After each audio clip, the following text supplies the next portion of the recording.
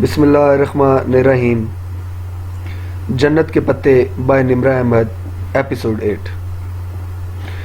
8 شروع کرنے سے پہلے امید کرتا ہوں کہ آپ سب خیریت سے ہوں گے، اور جن لوگوں نے ابھی تک میرا چینل سبسکرائب نہیں کیا پلیز میرا چینل سبسکرائب کر کے بیل آئیکن دبا دیں۔ جوتے کو کیا ہوا؟ اتنی سردی میں ننگے پاؤں بیٹھی ہو، لاؤ دکھاؤ جوتا۔ وہ خفا ہوا تھا یا فکر مند، اسے سوچنے کا موقع ہی نہ مل سکا۔ جہان جوتا لینے کے لیے جھکا، اس نے بے بسی سے ٹوٹی ہوئی ہیل سینڈل سامنے کی تو یہ تو الگ ہونے والا ہے۔ اس کے ہاتھ سے جوتا لے کر اب وہ اسے الٹ پلٹ کر کے دیکھنے لگا۔ حیا نے بے چینی سے پہلو بدلا۔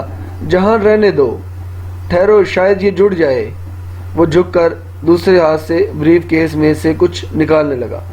جہان لوگ دیکھ رہے ہیں، یہ پکڑو ذرا۔ وہ سیدھا ہوا اور جوتا حیا کو تھمایا، پھر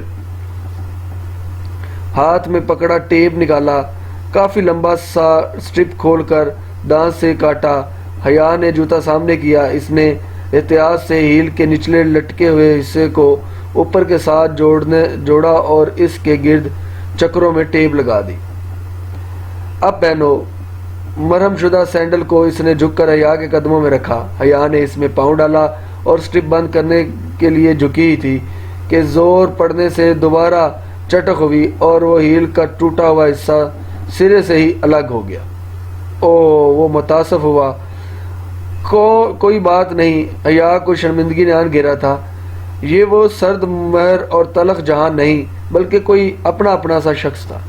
وہ جواب دینے کی بجائے جھک گیا تھا۔ حیا نے گردن ترچھی کر کے دیکھا، وہ اپنا بوٹ کا تسمہ کھول رہا تھا۔ اس سے پہلے کہ وہ اسے روک پاتی جہان اپنے بوٹ اتار چکا تھا۔ پہن لو، باہر ٹھنڈ ہے، سردی لگ جائے گی۔ اب وہ جرابیں اتار کر اپنے بریف کیس میں رکھ رہا تھا۔ اس کا انداز عام سا تھا، جیسے وہ روز ہی میٹرو میں کسی نہ کسی کو اپنے جوتے دے دیتا ہو۔ نہیں، رہنے دو، میں ابھی مارکیٹ سے نیا لے لوں گی۔ مگر تم کیا کرو گے؟ تم تو آفس جا رہے ہو نا؟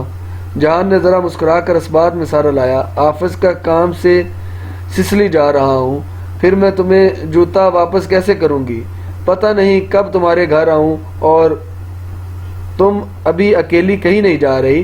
اگلا اسٹیشن شسلی ہے، ادھر ہم ساتھ ہی مال سے جوتا خریدیں گے، پھر میں اپنا بوٹ واپس لے لوں گا۔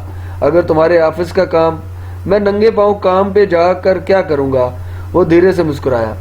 وہ پہلی بار حیا کے لیے مسکرایا تھا۔ وہ یک ٹک کاجل کی مٹتی سیاہی والی آنکھوں سے اسے دیکھتے گئی۔ اس کے چہرے سے چپکی ہوئی گیلی لٹیں اب سوکھنے لگی تھیں اور تھوڑی دیر سے گرتے پانی کے قطرے خشک ہو چکے تھے۔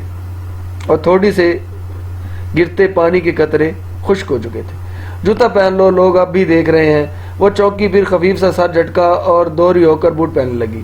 اور جب بھی سمجھتی کہ جہان لا تلقی سے بیٹھا ہے، اس کی بات نہیں سن رہا، تو اس کا وہی فکرہ لوٹا دیا کرتا تھا۔ وہ سیدھی ہوئی تو جہان اخبار کھول چکا تھا۔ عجیب دھوپ چھاؤں جیسا شخص تھا۔ سسلی کے اسٹاپ پہ میٹرو سے اترتے وقت حیا نے دیکھا جہاں بہت آرام سے اس کے آگے ننگے پاؤں چڑھ رہا تھا۔ اس کے انداز میں کوئی خفت، کوئی جھجک نہ تھی۔ وہ دونوں خاموشی سے سیڑھیاں چڑھنے لگے۔ چند زینے بعد ہی اوپر سیڑھیوں کے اختتام پر سڑک اور کھلا آسمان دکھائی دینے لگا۔ وہ جہان کی دائیں طرف تھی اور آخری سیڑھی چڑھتے ہوئے اس نے زمین پہ ایک کیل نکلی پڑی تھی۔ اس سے بیشتر کہ وہ مطلع کر پاتی، جہان کا پاؤں اس کیل کی نوکدار حصے پہ آیا۔ جب اس نے دوبارہ پاؤں اٹھایا تو اس کی ایڑی سے خون کی ننھی سی بوند نکل گئی تھی۔ اس نے بے اختیار جہان کے چہرے کو دیکھا اور وہ سکون سے سیدھ میں دیکھتا تیز چل رہا تھا۔ جہان، تمہارا پاؤں، تمہیں زخم آیا ہے۔ وہ اس کے ساتھ چلنے کی کوشش میں تیزی سے چلنے لگی تھی۔ خیر ہے، وہ رکا نہیں۔ اگر تمہارا خون نکلا ہے تو وہ واقعتاً پریشان تھی۔ بچوں والی بات کرتی ہو تم۔ اتنے ذرا سے خون سے بھی میں زخمی تو نہیں ہو گیا۔ بہت ٹف زندگی گزاری ہے میں نے۔ وہ دیکھو جواہر مال۔ اس سے کچھ کہنا بیکار تھا۔ وہ چپ ہو کر اس کے ساتھ مال کے قریب آ رکی۔ وہ ایک بلند و بالا، خوبصورت نیلے سرمئی شیشوں سے ڈھکی عمارت تھی۔ اس کے اوپر بڑا سا ستارہ اور اطراف میں چھوٹے چھوٹے ستارے بنے تھے۔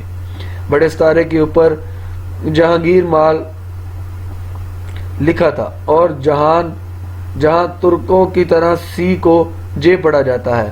یہ جواہر مال ہے، یورپ کا سب سے بڑا اور دنیا کا چھٹا بڑا شاپنگ مال، وہ فخر سے بولا تھا۔ جواہر اندر سے بھی اتنا ہی عالی شان تھا، سفید ٹائلوں سے چمکتے فرش، اوپر تک نظر آتی 5ویں منزلوں کے برآمدے، اور ہر مال کی طرف وہ درمیان سے کھوکھلا تھا۔ عین وسط میں ایک اونچے کھجور کے درخت ٹاور کی طرح لگے تھے، اور یہ روشنی اور کمکموں سے مزین ٹاور 5ویں منزل کے چھت تک جاتے تھے۔ وہ مسحور سی گردن اٹھائے اور اوپر 5 منزلوں کی بالکونیاں دیکھ رہی تھی، جہاں انسانوں کی ایک بے فکر ہنستا مسکراتا ہر سو بکھرا ہجوم تھا۔ رنگ، خوشبو، امارات، چمک، وہ یورپ تھا۔ جوتے خرید کر وہ دونوں اوپر چلے آئے۔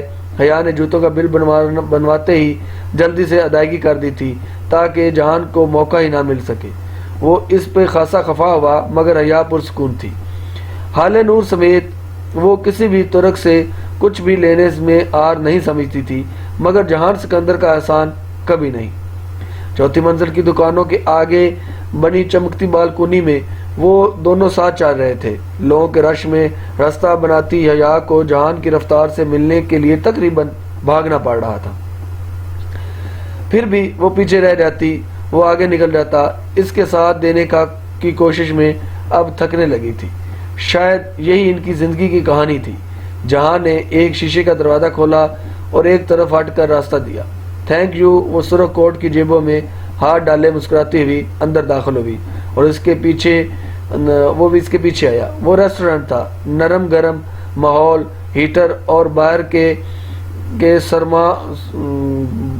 کے سرما کی ملی جلی خنگی، مدھم روشنیاں، پیچھے بجتا دھیما سا میوزک۔ آرڈر کرو۔ وہ ایک کونے والی میز کے گرد آمنے سامنے بیٹھ گئے تو جہان نے کہا۔ اپنا کوٹ اتار کر اس نے کرسی کی پشت پہ رکھ دیا اور اب وہ کپ کھول کر آستین موڑ رہا تھا، مگر یہ دعوت کس خوشی میں؟ حیا دونوں کنیاں میز پہ ٹکائے، دائیں ہتھیلی تھوڑی تلے ٹکائے دلچسپی سے اسے دیکھ رہی تھی۔ چہرے کے دونوں اطراف میں گرتے بال اب خاصے سوکھ گئے تھے۔ تمہارے اس خوبصورت کوٹ کی خوشی میں، یہ دعوت میری طرف سے ہے، اب آرڈر کرو۔ حیا نے گردن جھکا کر ایک سرسری نگاہ اپنے کوٹ پہ ڈالی۔ مگر دعوت تمہاری طرف سے ہے تو آرڈر تمہیں ہی کرنا چاہیے۔ اس نے جہان کی بات نظر انداز کر دی کہ شاید وہ مذاق کر رہا ہے۔ ٹھیک ہے، جہان نے مینیو کارڈ اٹھایا اور صفحے پلٹنے لگا۔ وہ مایوسی اس کی وجیہ چہرے کو دیکھتے گئی۔ کیا وہ جانتا تھا کہ وہ اس کی بیوی ہے؟ اتنی بڑی بات وہ جانتا ہو، کیا یہ ممکن تھا؟ اس روز تم نے بہت غلط بات کی تھی جہان، مجھے تم پہ غصہ آیا تھا جب وہ آرڈر کر چکا تھا۔ وہ یوں ہی بند مٹھی تھوڑی تلے ٹکائے سے تکتے ہوئے بولی۔ میں نے کیا کیا تھا؟ وہ حیران ہوا۔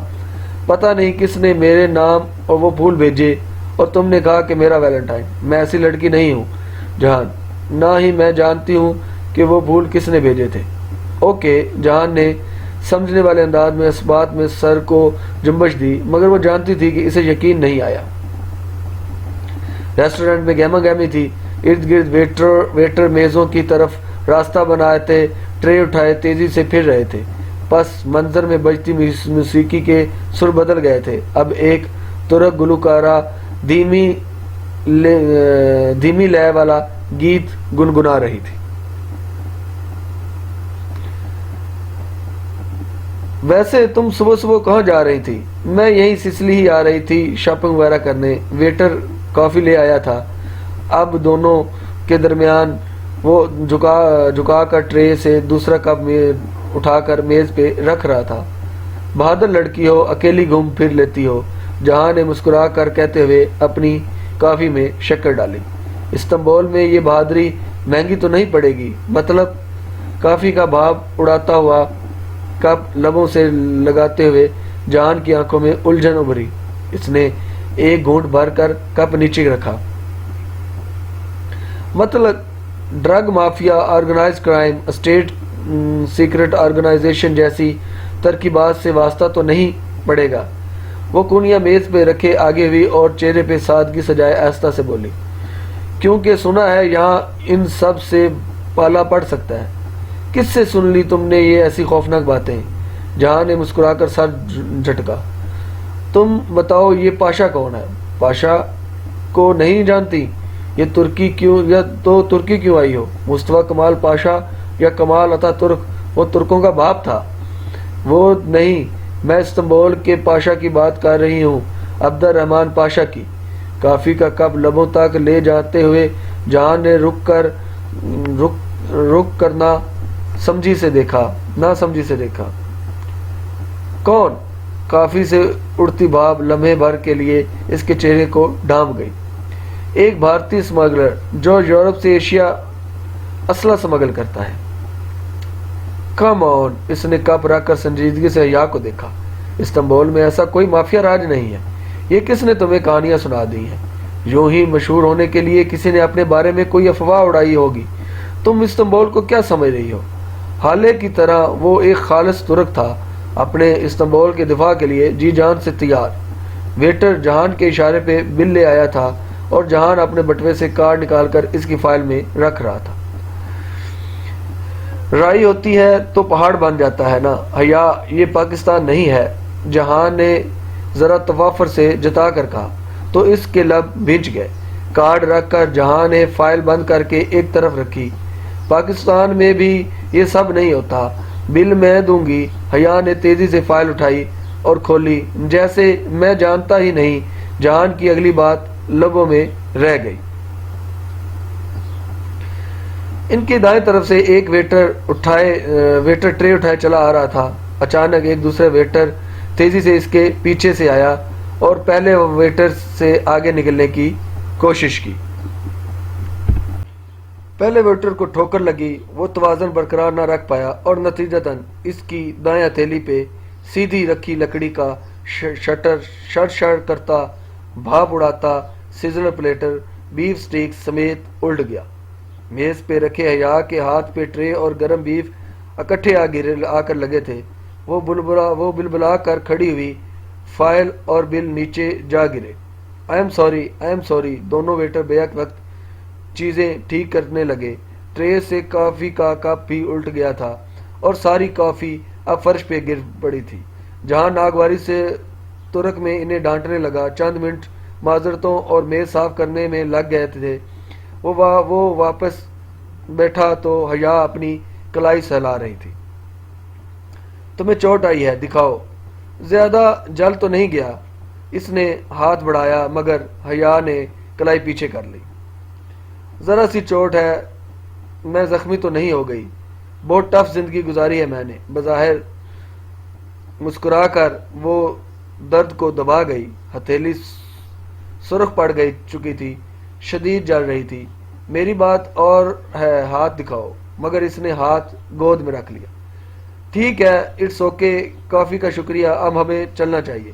وہ اٹھ کھڑی ہوئی۔ بل والی بات اسے بھول گئی تھی، مگر کافی تو ختم کر لو۔ وہ قدر پریشانی سے کھڑا ہوا۔ رہنے دو، انتہائی بدتذی ویٹر ہیں یہاں کے، چلو۔ واپسی پہ وہ اسے میٹرو اسٹیشن تک چھوڑنے آیا تھا۔ زیر زمین جاتی سیڑھیوں کے دہانے یہ دونوں آمنے سامنے کھڑے تھے۔ تم واپس ٹاکسم نہیں آؤ گی؟ نہیں، وہ دفتر یہاں سے تم واپس ٹاکسم نہیں آؤ گے؟ نہیں، وہ دفتر یہاں سے قریب ہے جس سے کام کے سلسلے میں ملنے آیا ہوں۔ اس طرف جہاں نے بازو اٹھا کر دور ایک طرف اشارہ کیا۔ اس نے سفید شرٹ کی آستین یوں ہی کونیوں تک موڑ رکھی تھی اور کوٹ بازو پر ڈال رکھا تھا۔ ٹائی کی ناٹ اب ڈھیلی ہو چکی تھی، یقیناً اس کا ایک ورکنگ ڈے خراب ہو چکا تھا۔ ویسے تم کیا کرتے ہو؟ وہ کوٹ کی جیبوں میں ہاتھ ڈالے کھڑی، گردن اٹھائے اسے دیکھ رہی تھی۔ میں ایک غریب سا ریسٹورنٹ آنر ہوں۔ استقلال سٹریٹ پہ جو پہلا برگر کنگ ہے وہ میرا ہے۔ استقلال سٹریٹ ٹاکسم سکوائر کے بالکل ساتھ ہے، دیکھی ہے نا تم نے؟ اس نے گردن دائیں سے بائیں اور بائیں سے دائیں ہلائی۔ تم اس ویکینڈ پر گھر کیوں نہیں آ جاتی؟ ممی خوش ہوں گی۔ اور تم بے ساختہ لبوں سے پھسلا، میں تو ویکنڈ پر بھی ریسٹورنٹ میں ہوتا ہوں، پھر فائدہ، اس نے سوچا۔ کوشش کروں گا، وہ مسکرا دی، پھر دائیں ہاتھ جیب سے نکال کر بال پیچھے ہٹائے۔ تمہارا ہاتھ ابھی تک سرخ ہے، اگر کسی دوست نے پوچھ لیا تو کیا کہو گی؟ کہہ دوں گی کہ گدلی برف کے ساتھ کیچڑ تھی، گھاس پہ وہیں پھسل گئی۔ اس نے لاپرواہی سے شانے چکائے۔ اب کزن کے ساتھ کافی پینے کے قصے سنانے سے تو رہی، پھسل گئی تو ہتھیلی رگڑی گئی۔ ہاں، اب گھٹنے۔ جہاں نے مسکرا کر اس کے جینز کی طرف دیکھا۔ مطلب حیا نے آبرو اٹھائے۔ لڑکی کور سٹوری پوری بنایا کرو۔ اگر تم ہتھیلیوں کے بل کیچڑ میں گڑی ہو تو اصولاً تمہارے ٹخنوں پر بھی رگڑ آنی چاہیے۔ اور پھر وہ چند قدم چل کر گھاس کے کتے کی طرف گیا، جھک کر 3 انگلیوں سے تھوڑی سی مٹی اٹھائی اور واپس آ کر اس کے سامنے کی۔ اسے اپنی جینز پہ لگا دو، ورنہ تمہاری فرینڈز تمہارا یقین نہیں کریں گی۔ اتنا بھی کوئی شکی مزاج نہیں ہوتا جہان سکندر۔ اس نے ہنس کر اپنے پوروں پہ ذرا سی گیلی مٹی لی اور جھک کر گھٹنوں کے اوپر جینز پہ مل لی، پھر ہاتھ جھاڑتے ہوئے سیدھی ہوئی۔ میں کوشش کروں گی کہ ہفتے کی صبح سارا کام ختم کر کے گھر آ جاؤں، تم ہفتے کی شام میں ضرور آنا، جہان نے کہا۔ پہلی بار اسے احساس ہوا تھا کہ وہ کم گو سنجیدہ طبیعت کا لیے دیے رہنے والا شخص ضرور ہے، مغرور بھی ہے اور جلدی گھلتا ملتا بھی نہیں ہے، مگر اندر سے بہت خیال رکھنے والا بھی ہے۔ وہ بریک بین بھی ہے، جو معمولی باتیں وہ نظر انداز کر دیتی تھی جہان کی زیرک نگاہوں سے چھپی نہیں رہتی تھی۔ وہ جب ہاسٹل میں واپس آئی تو ڈی جے اور ہالے ایک رسالہ کھولے کسی طویل بحث میں مگن تھی۔ ڈی جے کی نگاہ سب سے پہلے اس کے سرخ ہاتھ پہ پڑی۔ تمہیں کیا ہوا ہے؟ ایک جگہ گدلی برف کے ساتھ کیچڑ تھا، وہیں پھسل گئی۔ ڈی جے نے بے اختیار اس کے گھٹنوں پہ لگے کیچڑ کو دیکھا، پھر اسباب میں سہارا لایا۔ ہاں لگ رہا ہے، حیا بات بدلنے کی غرض سے بولی۔ یہ بالکونی بتی کون جلاتا ہے؟ جیسے ہی اس کے نیچے جاؤ تو وہ جل اٹھتی ہے۔ ہالے جو غور سے اس کے کوٹ کو دیکھ رہی تھی، اس کی سوال پر نگاہیں اٹھا کر اس کو دیکھا۔ ان میں آٹومیٹک سینسر لگے ہیں، وہ اپنی رو میں کسی انسان کی موجودگی یا پھر تیز ہوا، تیز آندھی وغیرہ میں خود بخود ہی جل اٹھتے ہیں۔ اور دروازہ بہت دیر سے بند ہوا خود بخود۔ ان دروازوں کے کیچر سلو ہیں، یہ چوکھٹ پہ دیر سے آ کر لگتے ہیں تاکہ ہر وقت کی ٹھا طلباء کی پڑھائی ڈسٹرب نہ ہو۔ ہاں، ڈی جے نے سمجھ کر سر ہلایا۔ ہمارے ہاں بھی ہاسٹل میں ایسی لائٹس اور دروازے نہیں ہوتے۔ حیا نے ڈی جے کی بات تیزی سے کاٹی۔ اور پارک ٹاور ایشیا کا دوسرا بڑا مال نہیں ہے، ہمیں غلط فہمی ہوئی تھی، اور جواہر دیکھ آئی تھی، اسے اس بڑک پہ خفت ہوئی۔ حیا، ڈی جے نے احتجاجاً گھورا۔ حالے ابھی تک حیا کا کوٹ دیکھ رہی تھی۔ حیا الماری کی طرف چلی گئی تو حالے گہری سانس لے کر بولی، پھر حیا تمہیں کسی ہینڈسم لڑکے نے کافی پلائی؟ وہ جو ٹوٹی جوتی والا شاپر الماری میں رکھ رہی تھی بری طرح چونک کر پلٹی۔ نہیں، کیوں؟ وہ تیزی سے بولی۔ کافی، چائے، لنچ؟ کچھ بھی نہیں۔ نہیں مگر کیوں؟ تم عقل مند جو سرخ کوٹ پہن کر گئی تھی شہر کی سیر پہ استنبول میں، اگر اتنا زیادہ سرخ رنگ پہن کر اور ہیوی میک اپ کر کے باہر نکلا جائے تو اس کا مطلب ہوتا ہے کہ حالے نے مسکراہٹ دبائی کہ you are looking for a date یا پھر ون نائٹ سٹینڈ۔ یہاں تو لوگ ویلنٹائن ڈے پہ بھی اتنا سرخ پہن کر نہیں نکلتے۔ اچھا، پتہ نہیں۔ وہ دانستہ ان کی طرف سے رخ موڑ کر الماری میں چیزیں الٹ پلٹ کرنے لگی۔ یہ دعوت کس خوشی میں ہے؟ تمہارے اس خوبصورت کوٹ کی خوشی میں۔ مارے تضحیک کے اس کے کانوں سے دھواں نکلنے لگا۔ وہ جہان کی مسکراہٹیں اور وہ شائستگی اور وہ ریسٹورنٹ لے جانا اور وہ سب کی اپنائیت کے جذبے کے تحت نہیں، بلکہ وہ اسے کوئی بیکاؤ مال سمجھ رہا تھا، خود کو پلیٹ میں رکھ کے پیش کرنے والی لڑکی، کوئی پیشہ ور۔ اس کے دل پہ بہت سے آنسو گر رہے تھے۔ جہان سکندر ہمیشہ اسی طرح اسے بے عزت کر دیا کرتا تھا، یہ وہ سوچ رہی تھی۔ آہستہ آہستہ وہ جہان سکندر کے استنبول میں ایڈجسٹ ہوتی جا رہی تھی۔ ڈی جے کی نیندیں اور نسیان البتہ اسے عاجز کر دیتے تھے۔ ڈی جے کو ذرا کہیں ٹیک مل جاتی تو وہ آنکھیں بند کر سونے کے لیے تیار ہو جاتی، اور پھر اس کا بھلکڑ پن حیا جب بھی کچھ فوٹو کاپی کروانے جاتی، اسے وہاں لاوارث پڑے کسی رجسٹر، کسی نوٹس کے جتے، کسی کتاب یا ہمیشہ شناسائی کا یا کتاب پہ ہمیشہ شناسائی کا گمان گزرتا۔ وہ اسے اٹھا کر دیکھتی تو بڑا بڑا ڈی جے لکھا ہوتا۔ وہ ہر چیز واپس لا کر ڈی جے کے سر پہ مارا کرتی تھی، اور ڈی جے یہ ادھر کیسے پہنچ گیا کہہ کر ہنسنے لگ جاتی تھی۔ سبانچی میں ان کا ایک مخصوص آئی ڈی کارڈ بنا تھا، اور اس پہ تصویر کھنچوانے کی شرط سر اور گردن کھلی رکھنا تھا۔ وہ موبائل کے پری پیڈ کارڈ کی طرح تھا۔ گورسل کا ٹکٹ، فوٹو کاپیر کی رقم اور دوپہر کے کھانے کا بل اسی کارڈ پہ ادا ہوتا تھا۔ اس میں موبائل کے ایزی لوڈ کی طرح بیلنس ڈلوایا جاتا تھا۔ انہیں ان 5 ماہ میں ہر مہینے 1000 یورو کا اسکالر شپ ملنا تھا، مگر چند تکنیکی مسائل کے باعث کسی بھی اسکالر شپ ایکسچینج اسٹوڈنٹ کے فروری کے 1000 یورو نہیں آئے تھے۔ امید تھی کہ مارچ میں اکٹھے 2000 مل جائیں گے، پھر آگے ہر مہینہ باقاعدگی سے ملا کریں گے۔ تب بھی پاکستان سے آئی رقم سے گزارا کرنا تھا، سو آج کل سب ایکسچینج اسٹوڈنٹ کا ہاتھ تنگ تھا۔ دوپہر کا کھانا وہ سبانجی کے ڈائننگ ہال میں کھاتی تھیں، رات کا کھانا اپنے کمرے میں خود بنانا ہوتا۔ ہر بلاک میں ایک کچن تھا جہاں پر ہر اسٹوڈنٹ اپنا ناشتہ اور رات کو کھانا تیار کرتا تھا۔ مسئلہ یہ تھا کہ وہاں پر طلباء کے لیے خصوصی ڈیزائن کردہ چولہے تھے۔ اس خطرے کے پیش نظر کہ کہیں کوئی پڑھائی میں مگن چولہا یا کچھ رکھ کر بھول جائے تو گیس کھلی چھوڑ دے اور نقصان ہو، وہ چولہے آٹومیٹک تھے۔ ہر 15 منٹ بعد جب چولہا خوب گرم ہو جاتا تو خود بخود بند ہو جاتا، پھر 5 منٹ بعد دوبارہ جل اٹھتا۔ ان کے بند ہونے سے روکنے کا کوئی طریقہ نہ تھا، اور ایسے بیکار چولہوں پہ دیسی کھانے پکانا ناممکن تھا۔ ہاسٹل کے بلاکس کے قریب ہی ایک بہت بڑا لگژری سپر سٹور دیاسا تھا۔ اس کا نام تھا اور سا ترک میں سٹور کو کہتے ہیں۔ وہ دونوں دیاسا سٹور سے راشن لاتی اور بل آدھا آدھا تقسیم کر لیتی۔ ایک رات حیا کھانا بناتی اور وہ بہت اچھا سا دیسی کھانا ہوتا۔ دوسری رات ڈی جے کی باری ہوتی، جو وہ بناتی وہ کچھ بھی ہوتا مگر کھانا نہ ہوتا۔ ڈی جے میں یہ تمہارے سر پہ الٹ دوں گی، اور جب بغیر بھنی ابلی ہوئی سبزی کا سالن دیکھتی یا پھر ابلے چاولوں پہ آملیٹ کے ٹکڑے تو ڈی جے پہ خوب چلایا کرتی تھی۔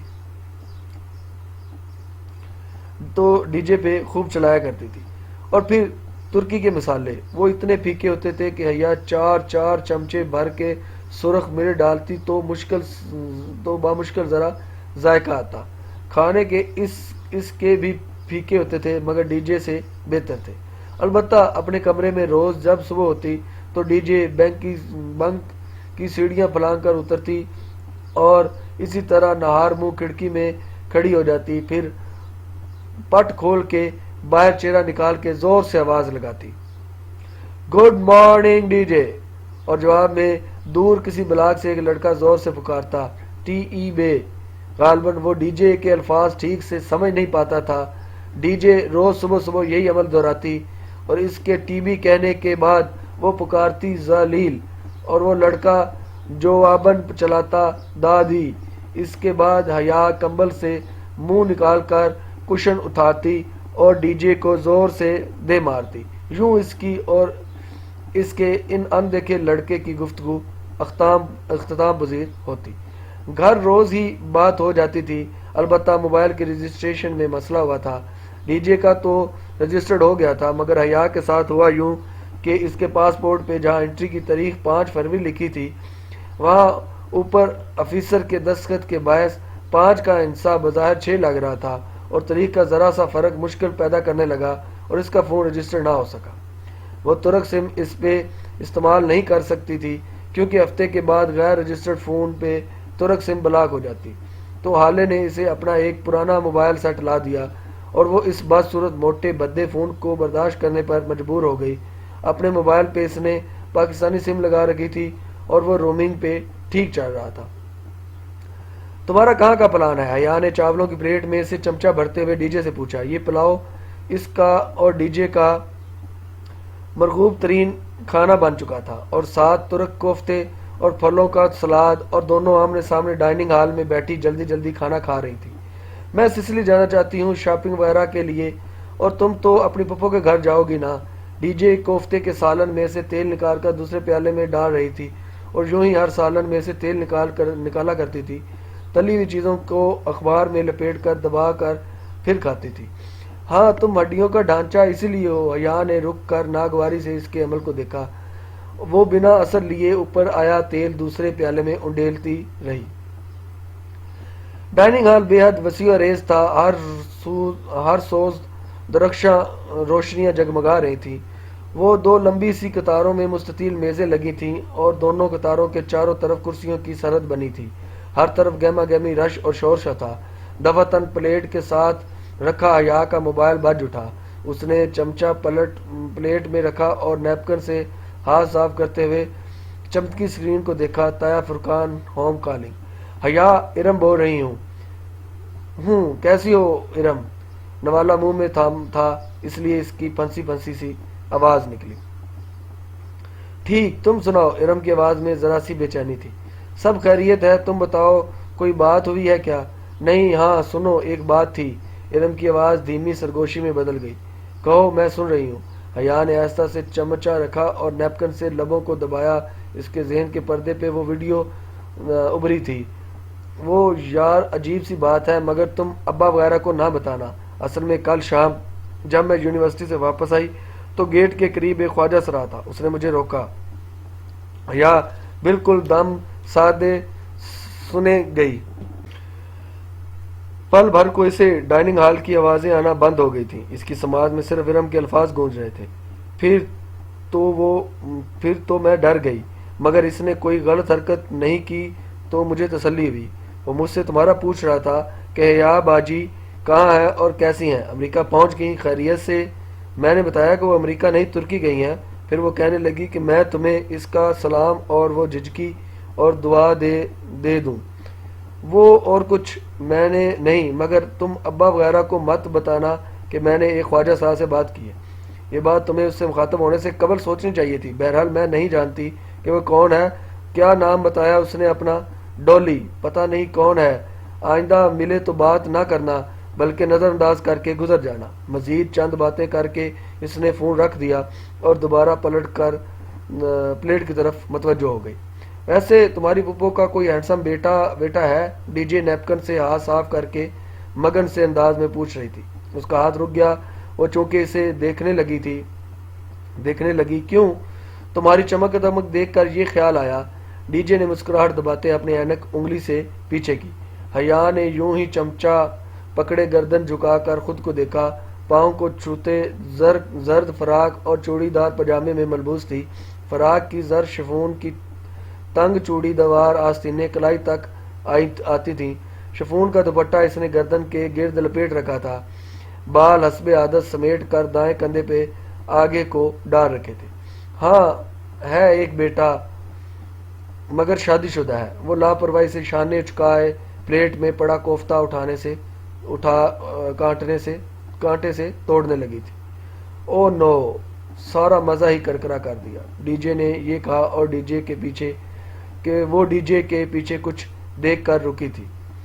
کوفتہ ہے اور کیا؟ ڈی جے نے کانٹے میں پھنسے کوفتے کو دیکھ کر کہا۔ اوفو، اپنے پیچھے دیکھو، اس نے جھنجھلا کر کہا تو ڈی جے نے گردن موڑی۔ وہاں ایک قدرے فریبی مائل لڑکی چلی آ رہی تھی۔ حیرت انگیز بات یہ تھی کہ وہ شلوار قمیض اور دوپٹے میں ملبوس تھی۔ سبانچی میں ہم وطن، ڈی جے نے بے یقینی سے پلکیں جھپکیں۔ اگلے ہی پل وہ دونوں اپنے اپنے کوٹ اٹھا کر کھانا چھوڑ کر اس کی طرف لپکی تھی۔ وہ لڑکی اپنی کتابیں سنبھالتی چلی آ رہی تھی۔ ان دونوں کو دیکھ کر ٹھٹکی، اور وہ ڈی جے کی شلوار قمیض اور حیا کی فراق پاجامہ بے یقینی سے دیکھ رہی تھی۔ وہ دونوں اس کی شلوار قمیض۔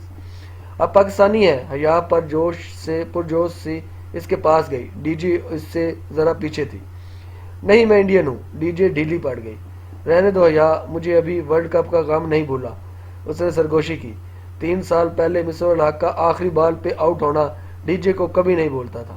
حیا نے زور سے اپنے پاؤں ڈی جے کے جوتے پہ رکھ کر دبایا۔ ہم پاکستانی ایکسچینج اسٹوڈنٹس ہیں، حیا سلمان اور یہ ختیجہ رانا۔ آپ؟ میں انجم ہوں۔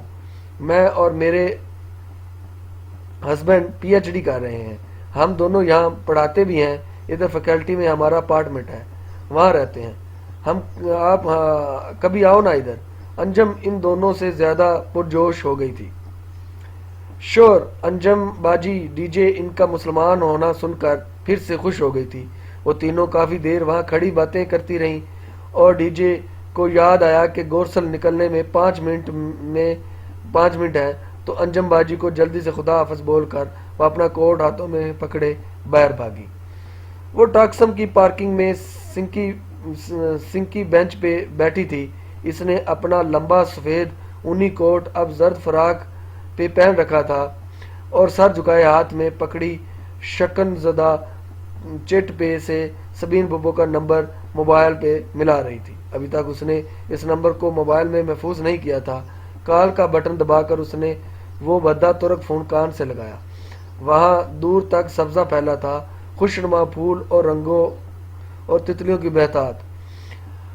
ہوا اس کے لمبے بال اڑا رہی تھی اور موسم سے لطف اندوز ہوتے ہوتے فون پہ جاتی گھنٹی سننے لگی۔ ہیلو، بہت دیر بعد جہان نے فون اٹھایا۔ جہان، میں حیا۔ اس کے اندر میں خفت در آئی۔ اس سے کہہ رکھا تھا کہ اس لیے آج جا رہی تھی، ورنہ اس سرخ کوٹ نے تو اسے خوب بے وقت کیا تھا۔ ہاں حیا بولو۔ وہ مصروف سا لگ رہا تھا۔ وہ میں ٹاکسم پہ ہوں، تو تم مجھے یہاں سے پک کر کے گھر لے جا سکتے ہو؟ آج ویکنڈ تھا تو سوری حیا، میں شہر سے باہر ہوں۔ تم گھر ممی کو فون کر لو نا۔ یہ تمہارے گھر کا نمبر نہیں ہے؟ اس نے حیرت سے چٹ کو دیکھا۔ نہیں، یہ تو میرا موبائل نمبر ہے۔ تو کیا اس نے داور بائی کی مہندی والے روز جہان کے موبائل پہ فون ملا دیا تھا؟ او، مجھے پپو کا نمبر لکھوا دو۔ جہان نے فوراً نمبر لکھوا دیا۔ اچھا، میں ڈرائیو کر رہا ہوں، پھر بات ہوتی ہے۔ مزید کچھ سنے بغیر اس نے فون بند کر دیا۔ وہ دل مسور کر رہ گئی۔ عجیب اجنبی سا اپنا تھا۔ پپو اسے کیب پہ لینے آئی تھی۔ وہ چند لیراز کی بچت کی چکر میں کیب کر کے نہیں گئی تھی، سو خوب شرمندہ ہوئی۔ گاڑی نہیں تھی تو بتاتی، میں تو ایسے ہی۔ کوئی بات نہیں، گاڑی تو جہان کے پاس ہوتی ہے۔ اور وہ مزید شرمندہ ہوئی، مگر گردن موڑ کر کھڑکی کے باہر دوڑتے درخت دیکھنے لگی۔ اسے پپو کچن میں ہی لے آئی۔ حسب عادت وہ کام میں مصروف ہو گئی۔ یہ میرے لیے اتنا بکھیڑا پالنے کی کوئی ضرورت نہیں۔ وہ ارد گرد پھیلی اشیاء دیکھ کر خفا ہوئی۔ کوئی بات نہیں، تم میری بیٹی ہو اور میرا ہاتھ بٹا دو گی، اس لیے میں نے یہ سب شروع کر لیا ہے۔ دونوں کے درمیان پچھلی ملاقات کے ناخوشگوار اختتام کا کوئی تذکرہ نہ ہوا، جیسے کچھ ہوا ہی نہ ہو۔ چلیں پھر، آج پلاؤ تو میں ہی بناتی ہوں، مجھے ریسپی سمجھاتی جائیں۔ ویسے بھی ترکوں کی میز اس پلاؤ کے بغیر ادھوری لگتی ہے۔ وہ کوٹ سٹینڈ پر لٹکا کر آستین کلائی سے ذرا پیچھے کرتی واپس آئی۔ دوپٹہ اس نے اتار کر کرسی پہ رکھ دیا تھا۔ پہلے تو تم چکن کی بوٹیاں کاٹ دو۔ انہوں نے ٹوکری میں رکھے مسلم مرغ کی طرف اشارہ کیا اور خود چولہے پہ چڑھئی دیگچی میں چمچہ لانے لگی۔ چھری تو یہ پڑی ہے، کٹنگ بورڈ کدھر ہے؟ وہ ادھر ادھر دیکھنے لگی۔ Cutting board? او ہو، وہ تو صبح سے نہیں مل رہا۔ جہان بھی پتہ نہیں چیزیں اٹھا کر کدھر رکھ دیتا ہے۔ ٹھہرو، میں ایک پرانا بورڈ لے آؤں اوپر ایٹک سے۔ آپ رہنے دیں، میں لے آتی ہوں۔ ایٹک اوپر کس طرف ہے؟ سیڑھیوں سے اوپر راہداری کے آخری سرے پہ، مگر تمہیں تکلیف ہوگی۔ میں خود، آپ گوشت بھونے جل نہ جائے، میں بس ابھی آئی۔ وہ ننگے پاؤں چلتی باہر لانگ روم میں آئی۔ سیڑھیوں کے ساتھ لگے قد آور آئینے میں اسے اپنا عکس دکھائی دیا تو ذرا سی مسکرائی۔ فرش کو چھوتے زرد فراق میں وہ کھلتے پھول کی طرح لگ رہی تھی۔ گلے کا گھاٹ کھلا تھا اور اس کے دھانے پہ چھوٹے چھوٹے سورج مکھی کے پھولوں کی لیس نیم دائرے میں لگی تھی۔ یوں لگتا تھا کہ اس کی خوبصورت لمبی گردن میں سورج مکھی کے پھولوں کا ڈھیلا سا مارک لٹک رہا ہو۔ اس نے انگلیوں سے فراق پہلوؤں سے ذرا اٹھایا اور ننگے پاؤں لکڑی کے زینوں پر چڑھنے لگی۔ وہ راہداری کے آغاز میں ایک کمرے کا دروازہ بند تھا، شاید وہ جہان کا ایک کمرہ تھا۔ ابھی گھر میں داخل ہوتے ہوئے پھپھو نے کچھ اسے بتایا تھا۔ وہ ایک نظر بند دروازے پہ ڈال کر آگے بڑھ گئی۔ فراق اب اس نے پہلوؤں سے چھوڑ دیا تھا۔ ایٹک میں آگے پیچھے بہت سے صندوق اور دوسرا کارڈ کباڑ رکھا تھا۔ وہ متذب سی اندر آئی۔ بتی نہ جانے کدھر تھی۔ اس نے دروازہ کھلا رہنے دیا اور باہر سے آتی روشنی کافی تھی۔ وہاں ہر سو سامان رکھا تھا، کٹنگ بورڈ نہ جانے کدھر تھا۔ وہ اندازن آگے بڑھی اور ایک کونے والے صندوق کا کنڈا کھول کر ڈھکن اوپر اٹھایا۔ نیچے لانگ روم سے بیرونی دروازہ کھلے اور بند ہونے کی آواز آئی، ساتھ ہی جہان اور پھپھو کی ملی جلی آوازیں۔ یقیناً وہ آ گیا تھا۔ وہ مسکرا کر صندوق پہ جھکی۔ اس میں الیکٹرک کا کوئی ٹوٹا پھوٹا سامان رکھا تھا، کٹنگ بورڈ کہیں نہ تھا۔ حیا نے ڈھکن بند کیا اور نسبتاً زیادہ کونے میں رکھے صندوق کی طرف آئی۔ اپنے عقب میں اسے راہداری سے کسی دروازے کے ہولے سے کھلنے کی چڑار سنائی دی تھی۔ جہان اتنی جلدی اوپر پہنچ گیا مگر وہ پلٹی نہیں اور صندوق کو کھولنے لگی، جس کے ڈھکن کے اوپر گرد اور مکڑی کے جالوں کی تہ تھی۔ اس نے چند چیزیں الٹ پلٹ کی تو بے اختیار گرد نتھروں سے گھسنے لگی۔ اسے ذرا سی کھانسی آئی۔ پھر پورا ایٹک بے حد صاف تھا، ماں سوائے ان کونے میں رکھے دو تین صندوقوں کے جیسے انہیں زمانوں سے نہیں کھولا گیا تھا۔ آج کی قسط کے لیے اتنا ہی۔ انشاءاللہ اگلی قسط کے ساتھ دوبارہ حاضر ہوں گے۔ میں ایک دفعہ پھر ریکویسٹ کرتا ہوں کہ جن لوگوں نے ابھی تک میرا چینل سبسکرائب نہیں کیا، پلیز میرا چینل سبسکرائب کر کے بیل آئیکن دبا دیں۔ اللہ حافظ۔